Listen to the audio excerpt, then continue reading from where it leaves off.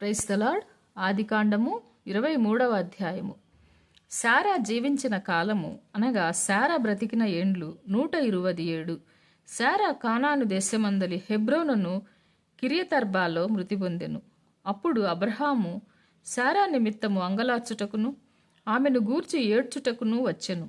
తరువాత అబ్రహాము మృతి పొందిన తన భార్య ఎదుట నుండి లేచి హేతు కుమారులను చూసి, మీ మధ్య నేను పరదేశినిగాను పరవాసినిగాను ఉన్నాను.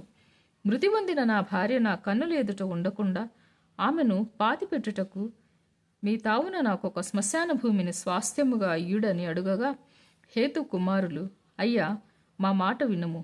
నీవు మా మధ్యను మహారాజు అయి ఉన్నావు. మా శ్మశాన భూములలో అతి శ్రేష్టమైన దానియందు మృతి పొందిన నీ భార్యను పాతిపెట్టుము. నీవు మృతి పొందిన నీ భార్యను పాతిపెట్టినట్లు మాలో తన శ్మశాన భూమి ఈయనొల్లని వాడు ఎవడునూ లేడని అబ్రహాముకు ఉత్తరమిచ్చిరి. అప్పుడు అబ్రహాము లేచి ఆ దేశపు ప్రజలైన హేతు కుమారులకు సాగిలపడి, మృతి పొందిన నా భార్యను నా ఎదుట ఉండకుండా నేను పాతిపెట్టుట మీకు ఇష్టమైతే నా మాట వినుడి. సోహరు కుమారుడైన ఎఫ్రేను తన పొలము చివరన తనకు కలిగిన మక్పేలా గుహను నాకిచ్చునట్లు నా పక్షముగా అతనితో మనవి చేయుడి. మీ మధ్యను శ్మశాన భూమిగా ఉండుటకు నిండు వెలకు అతడు దానిని నాకు స్వాస్థ్యముగా ఇయ్యవలెనని వారితో చెప్పెను. అప్పుడు ఎఫ్రేను హేతు కుమారుల మధ్యను కూర్చుండి ఉండెను. హిత్తీయుడైన ఎఫ్రేను తన ఊరి గవిని ప్రవేశించు వారందరికీ ఎదుట హేతు కుమారులకు వినబడునట్లు అబ్రహాముతో చెప్పిన ప్రత్యుత్తరం ఏమనగా, అయ్యా, అట్లు కాదు, నా మనవి ఆలకింపుము. ఆ పొలమును నీకిచ్చుచున్నాను, దానిలోనున్న గుహను నీకిచ్చుచున్నాను, నా ప్రజల ఎదుట అది నీకిచ్చుచున్నాను. మృతి పొందిన నీ భార్యను పాతిపెట్టుమనెను. అప్పుడు అబ్రహాము ఆ దేశపు ప్రజల ఎదుట సాగిలపడి, సరేగాని నా మనవి ఆలకింపుము.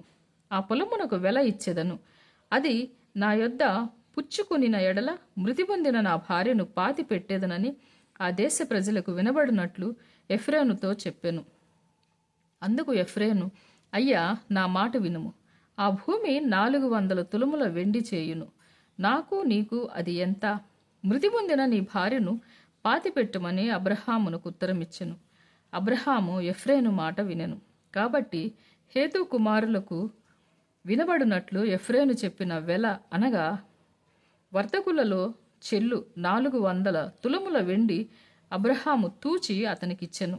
అలాగున మమ్రే ఎదుటనున్న మక్పేలా యందలి ఎఫ్రేను పొలము అనగా ఆ పొలమును, దాని యందలి గుహయు, దాని పొలిమేర అంతటిలోనున్న ఆ పొలము చెట్లన్నీయు అతని ఊరి గవిని ప్రవేశించు వారందరిలో హేతు కుమారుల ఎదుట అబ్రహామునకు స్వాస్థ్యముగా స్థిరపరచబడెను.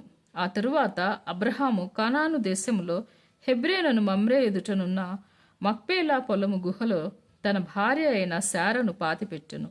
ఆ పొలమును, దానిలోనున్న గుహయు హేతు కుమారుల వలన శ్మశానము కొరకు అబ్రహామునకు స్వాస్థ్యముగా స్థిరపరచబడెను.